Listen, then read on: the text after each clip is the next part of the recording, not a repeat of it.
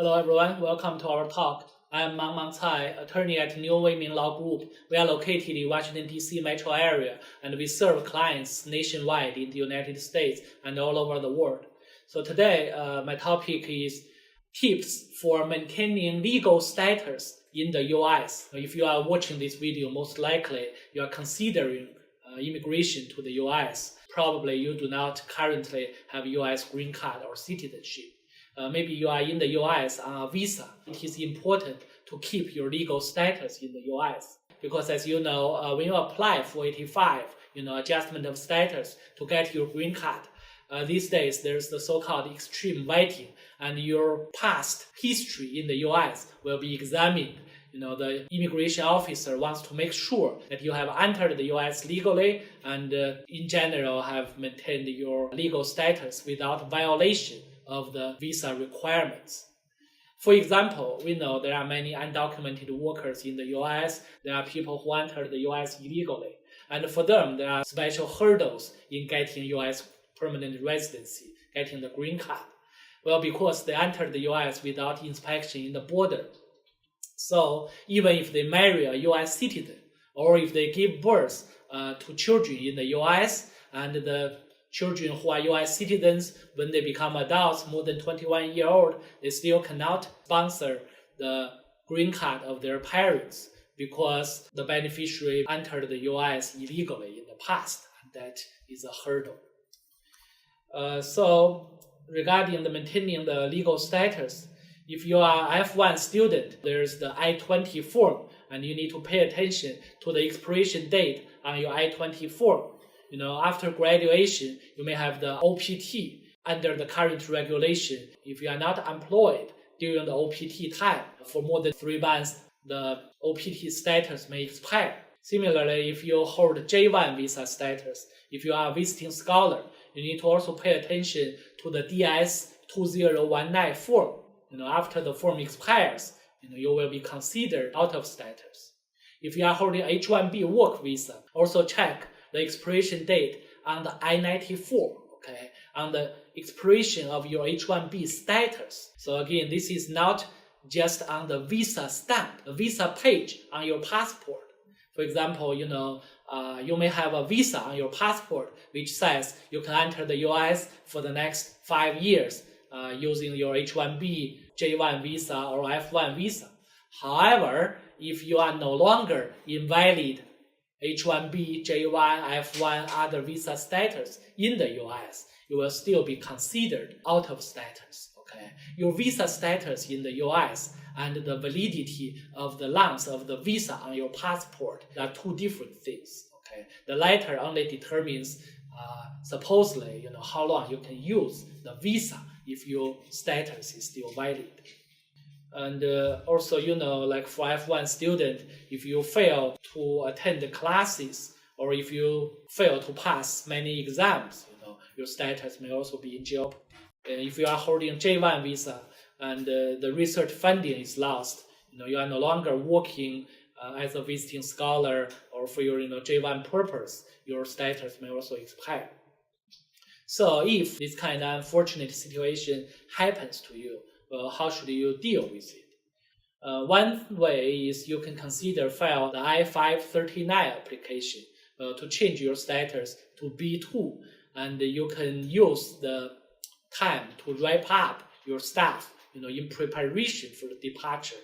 Well, you can also use the time because it may take several months for the USCIS to adjudicate the case. And during this pending time, you may be able to, for example, find a new school that admits you or find a new job, new position, and then the employer can file a new application for you to change back to your current valid status, like a work visa or a student visa status.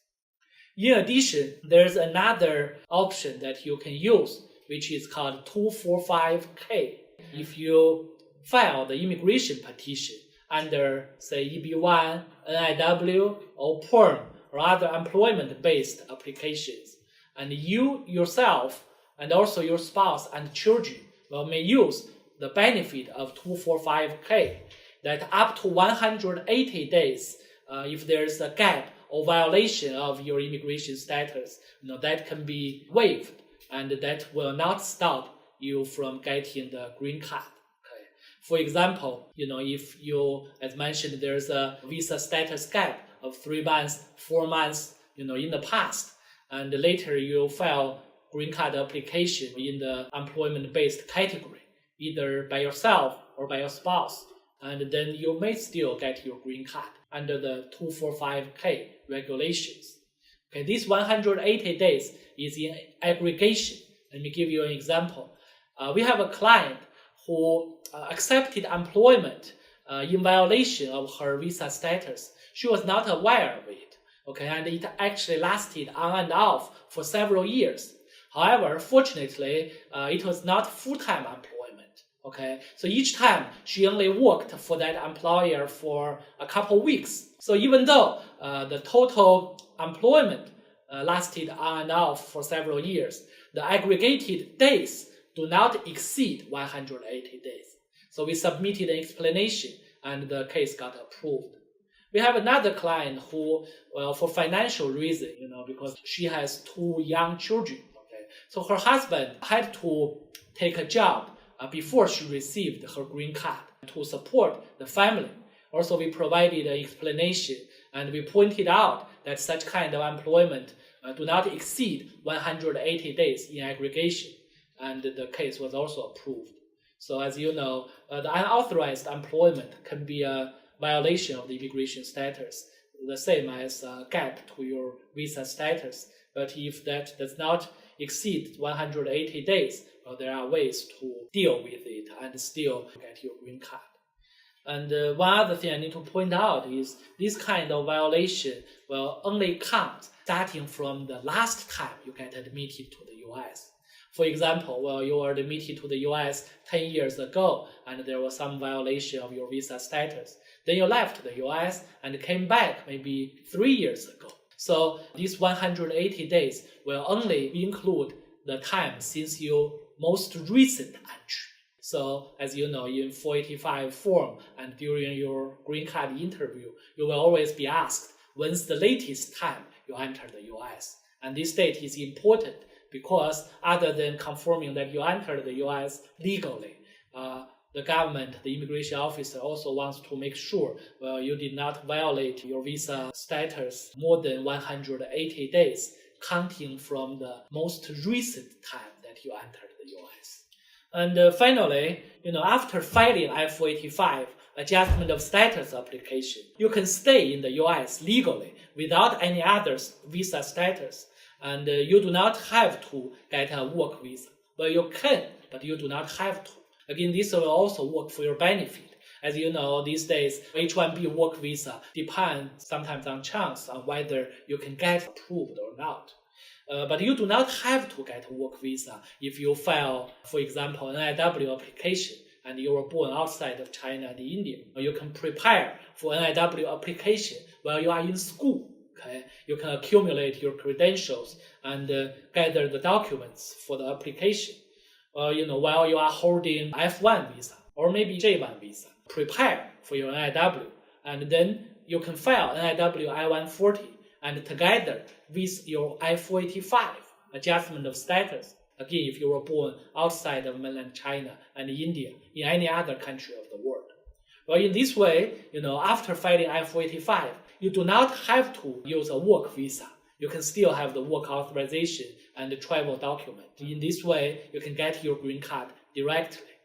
So again, the topic for this talk is tips for maintaining legal status in the US. And if you have any other questions, contact us for more information. Thank you.